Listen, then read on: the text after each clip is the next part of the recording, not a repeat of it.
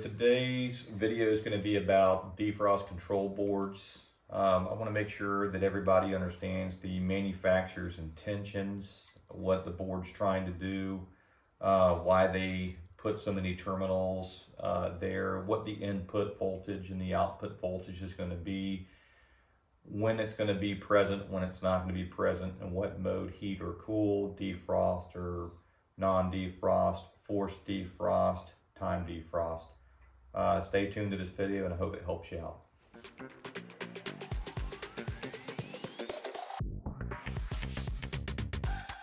Okay, diving right into it. I'm going to try to see how well this comes up on the camera. The defrost control board that I'm holding in my hand, you'll find it in your 10H PB Lennox model condensers and the 12H PBs. I have it up here on the screen where we have an image of this. Basically, the right-hand side of the board is going to be your input field voltage. The left-hand side of the defrost control board is going to be the input and output factory wiring that's already been taken care of at the manufacturer, where low pressure switch, high pressure switch, contactors, defrost sensors, and reversing valves have already been pre-wired over here. So we're going to cover the right-hand side first, so you understand if you're replacing this, what these wires are for, why they're so important, and you know, what portions of the board are going to relay the power over here and at what time. So I'm going to try to do this in color code so we can easily reference this. We're going to start with 24 volts primary, and obviously we're using red.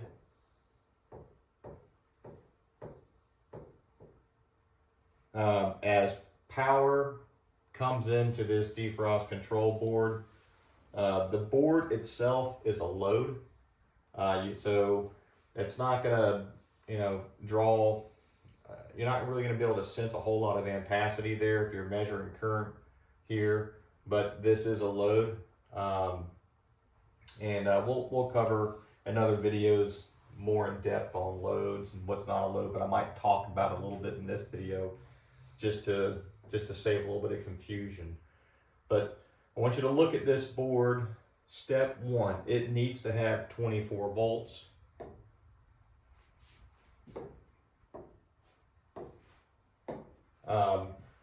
In order for that to happen, we have to have a path back to the transformer. Excuse me. There we go. You're going to have a path back to the transformer. So we're going to draw an arrow going back this way over here, and this would be our common. And so as long as we have 24 volts between red and common on the board, red and common on the board, then this board can now keep track of time. It has diagnostic lights up here, which are going to come in handy if there's a high or a low pressure event. Anything that's going to make this system shut off. You walk up to it, you want to analyze, hey, what happened? There's a panel that has a diagnostic code that tells you so many blinks means,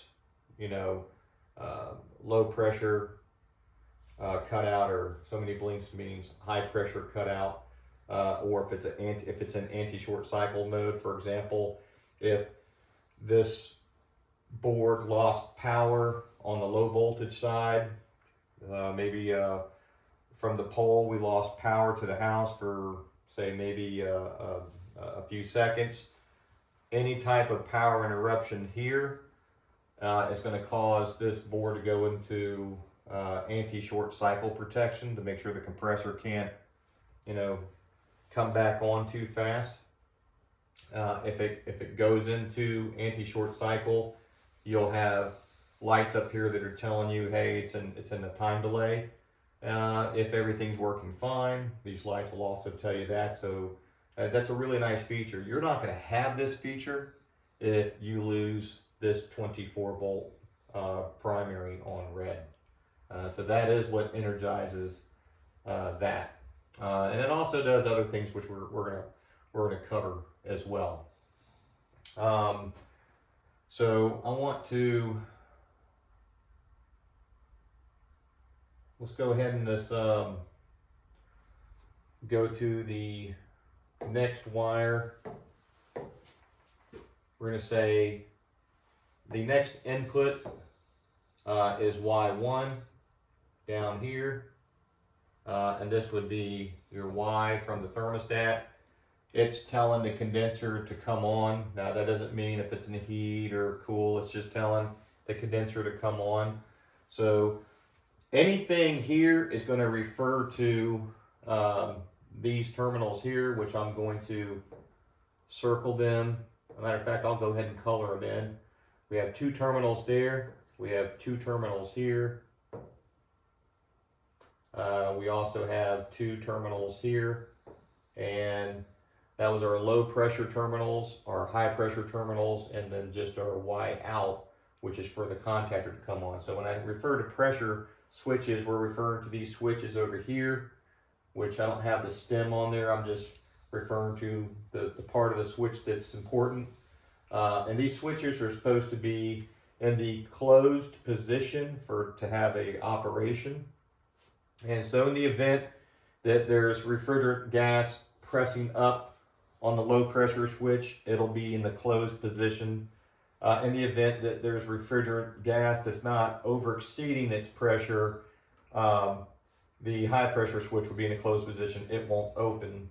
And as long as these 2 are in the closed, then this board will recognize that. So, you know, pretty much one of these is going to come over to here, and the other one's going to come over to here. And we're going to cover that here in a second on how that works and what happens if it opens up. All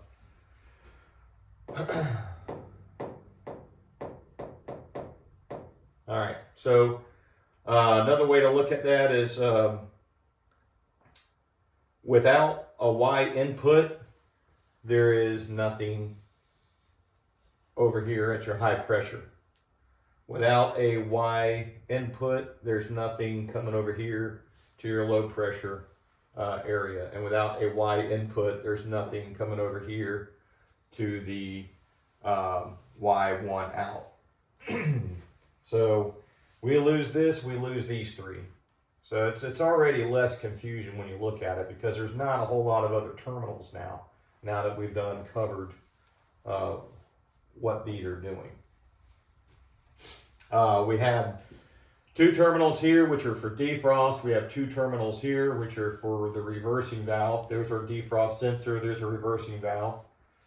And then don't worry about this over here. We're going to cover that. So I'm going to go ahead and wire up our low pressure out and our high pressure out.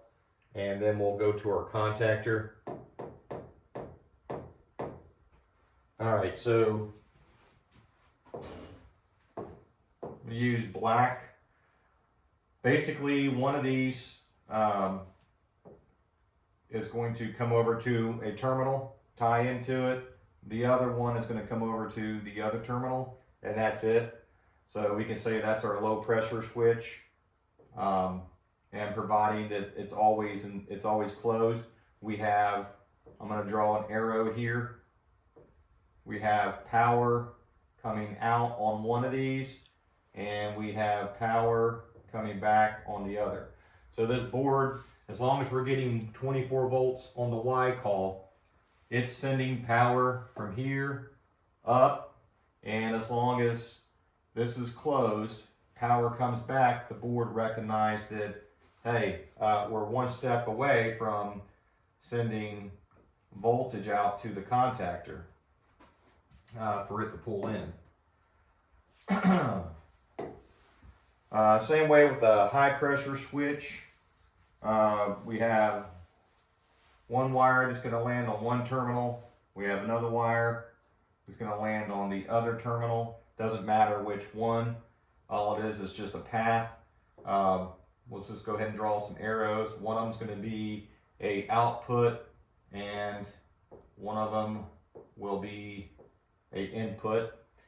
And like I said, as long as we're coming up here and this is closed, and as long as we're coming over here and this is closed, then we're going to relay power back out to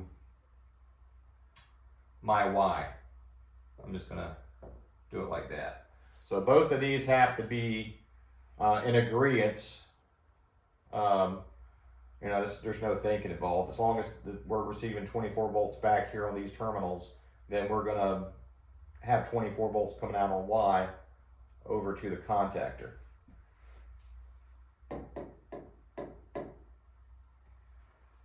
Sometimes you don't have pressure switches, and that's something we have to consider.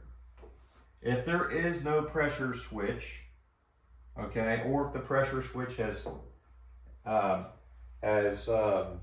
been isolated for some reason, or you need to isolate it for some reason, and you need to get this thing moving, and you know that it's not going to go out on a high event or a low event, and it's, you know, you're going to come back and replace the pressure switch. If that's the problem, then you can jump past these switches.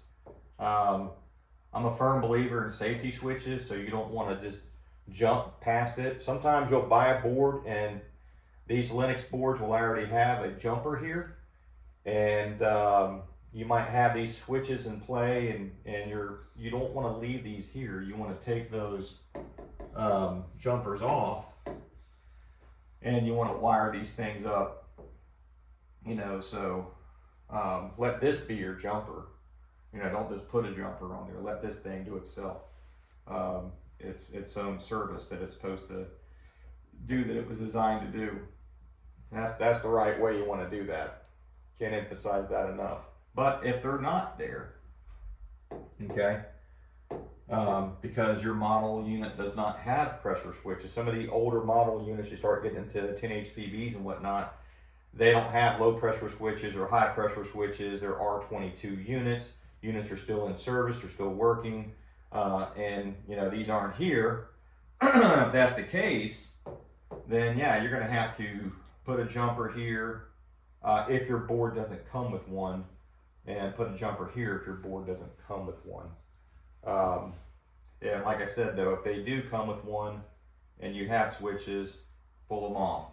So let's just say all you have is one switch, because that's pretty common.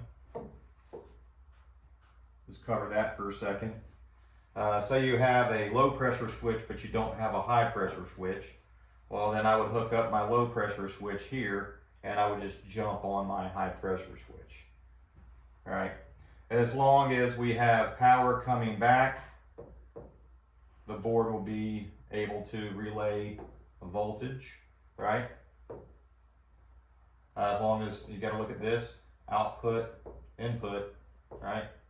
So as long as this voltage is receiving back power from here to here and here to here, then it's going to allow Y to come out and energize the contactor. All right, so we're going to move on to the contactor now.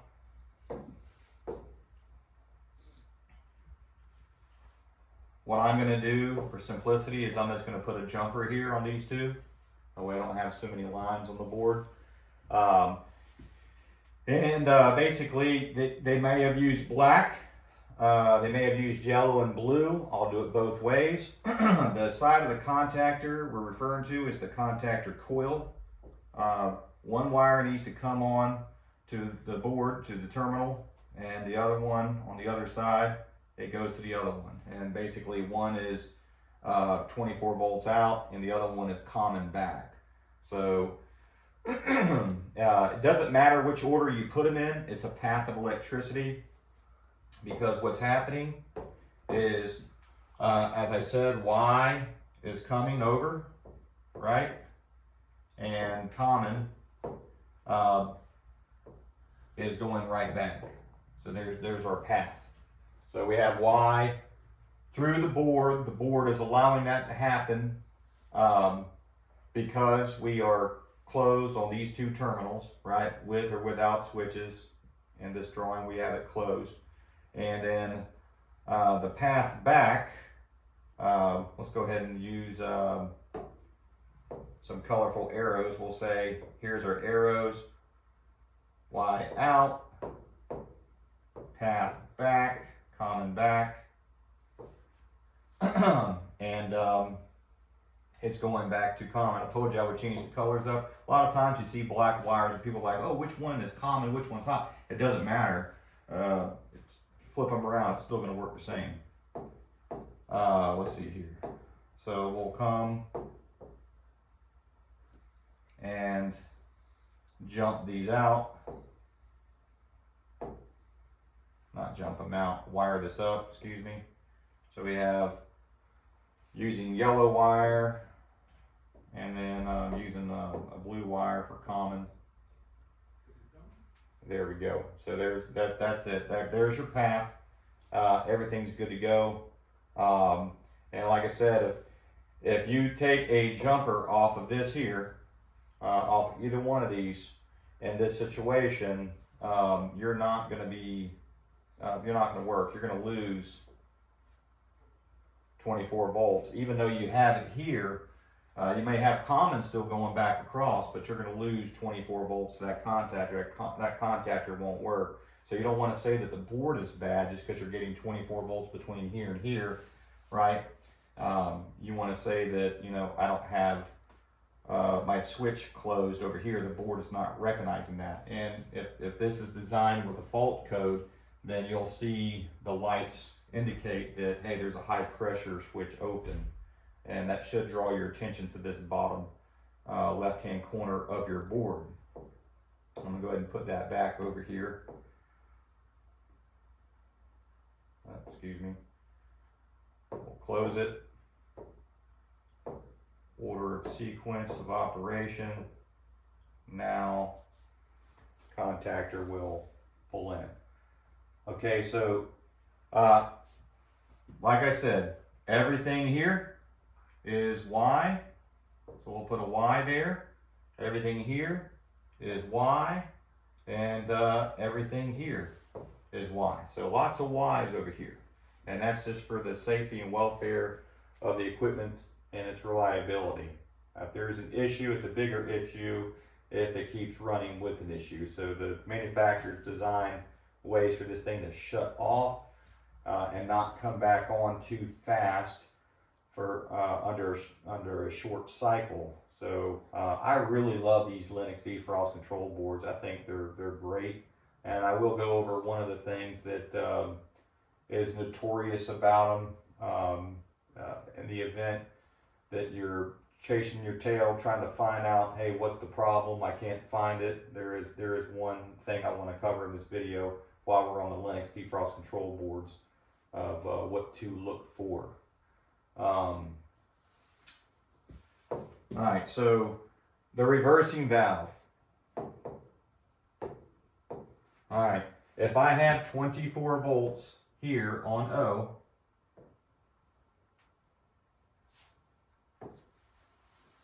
then I'm going to have 24 volts here on O out, and that's going to come over to my reversing valve coil and provide 24 volts there. Of course, if I don't have common coming back, then my valve can't energize. And then that common, okay, is all the way back to the transformer. So that this would make this a, right here, this would make common a input and common here an output. This would make orange, or reversing valve, a input here, and make orange reversing valve a output here. So out in, out. And so your inputs and outputs. The only other two terminals that are left here are DF, which stand for defrost. I'm going to use red. There's no common on this. So as long as I have 24 volts sitting here on R, then I'm going to have 24 volts standing by right here. Okay, so what we'll basically do, we try to make this as clean as possible. We're going to come up and land on one wire of the defrost sensor. Actually, I would take these and just plug them in down here. Doesn't matter which order I'm going to plug them in.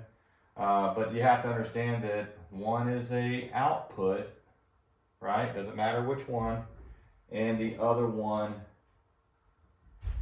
is going to be a input. Now in this situation, I'm in cool mode. As you can see, all my voltages here, and that I'm in cool mode. This sensor is going to be obviously open because, you know, it's warm outside. So I'm going to say that there's a wire here, right? But that wire is not putting 24 volts back. So I want to try to draw that so that it's not so confusing. I guess if I come up here,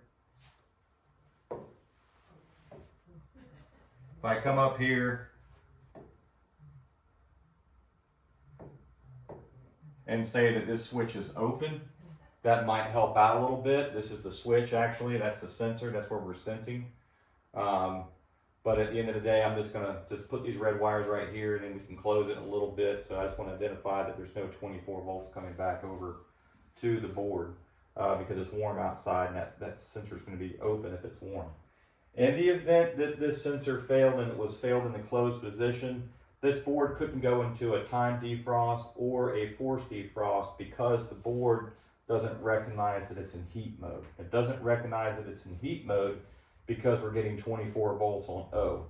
That tells this board that, hey, I'm in cool mode, so I'm not worried about what's coming over here or the timing that I have with a time defrost. So if we wound up taking and shifting this into heat mode, basically we're going to lose the 24 volts on O because we're going to lose it through the board. We're going to lose it through the board. We're going to lose it from the thermostat. We're going to leave the Y connected, the 24 volts connected, the common going back because all that's still happening. I don't need to erase that, but this board now recognizes that because we're getting a Y call and not an O call, that we're in defrost. And because we're in defrost, it's now searching for this sensor to close so we can go into a forced defrost. And it's also sensing how long is it getting a Y call. So looking at that, like we went over our last defrost anatomy board that we actually drew ourselves, is putting some shapes and colors on it. We have 30, 60, 90 here. I'm going to circle this just so we can better see what that is. If I hold this up, what I'm referring to is these test pins here. If we were to pull a test pin out and plug it in, we're going to change the time. And what we're looking for is if we have 24 volts on Y and no 24 volts on O, and as long as there's 24 volts on red, then we're as we are in this diagram. So when the contactor's pulled in, we're searching for 30 minutes of contactor, 60 minutes of contactor, or 90 minutes of contactor. And I'm talking about the action of that contactor getting 24 volts out on Y here. So if there has been let's just say 30 minutes has gone by and I have this test pin set on 30 minutes, that 30 minutes might take 2 hours. If we look at on time and off times, if we said every time it was on, it was for 10 minutes, and every time it was off, it was for 10 minutes, then in 1 hour, we would achieve a 30 minutes or 30 minutes worth of 24 volts on this terminal. At that point, it's going to go through a time defrost because, you know, you're not going to be as efficient if your coil's starting to frost up anyway. So we're going to get less heat transferred out of the air through that frosty coil. So if we can thaw that coil out quickly, then that condenser coil can, or it's actually your evaporator in this mode, it can actually gather more heat and move that heat inside the house through the compressor and refrigerant, and that can get displaced through all your vents. In the event that this time feature is set to too long of a time period, like say 90 minutes, if we went through the same sequence of 10 minutes on, 10 minutes off, 10 minutes on, 10 minutes off, perfect world, right? Then we would say it would take 3 hours of 24 volts being present here, right? For this to go into a time defrost. So if that happens, then the only thing this board can rely on for efficiency purposes would be the defrost sensor to close, and in the event that we close here, then we're creating a loop and voltage is going to come right back, and then the board will go into a defrost. So let's look at what happens when this board does go into a defrost.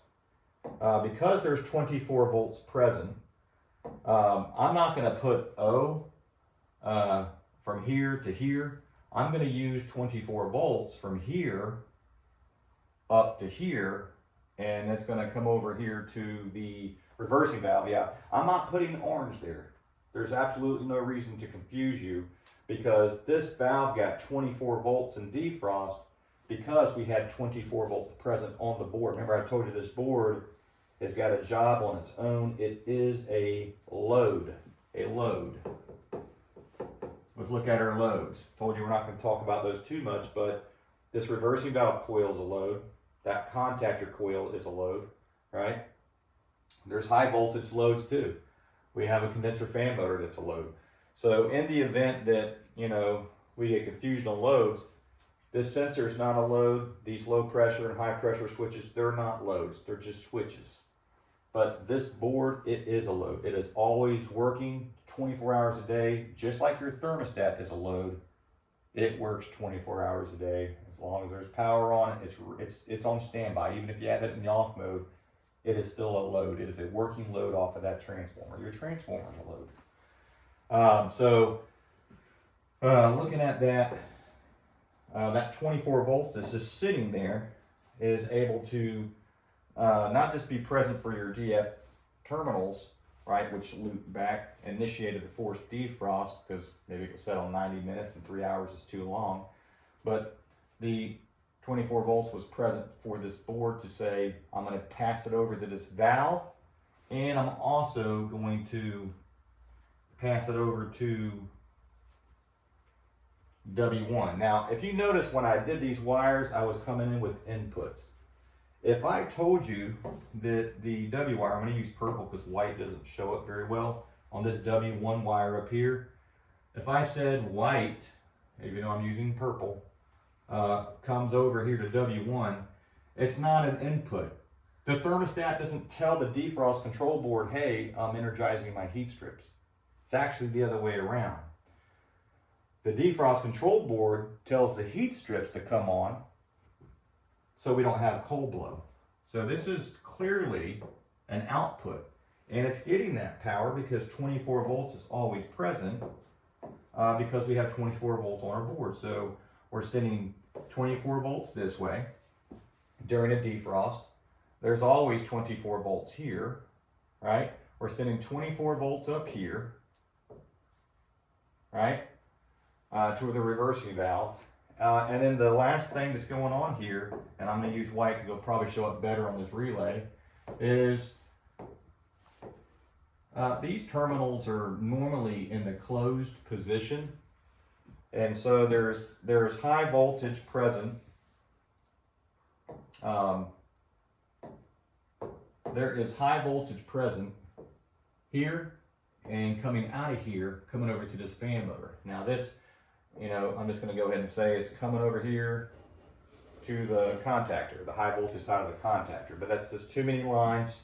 So now that we did that, I'm going to go ahead and delete it. So I'm just going to leave this line up here knowing that this is in and one is out. Doesn't matter which way you do it because the switch is normally closed, but during that defrost, let me draw this again. During that defrost, that switch, it opens up. So our normal resting mode for the system to be in heat mode prior to a defrost cycle is about to change 3 things. We're going to run 24 volts out on W to energize the heat strips. We're going to run 24 volts up here to O, come out and energize the reversing valve and cool. And what we're going to do is we're going to open up the relay here, and that'll make the fan motor turn off. And the same thing once the defrost cycle is over via the defrost sensor opening up, stopping voltage coming back to the board, or the timer is up, whichever the case. Simply we wind up closing back over here, and then of course we lose a voltage here.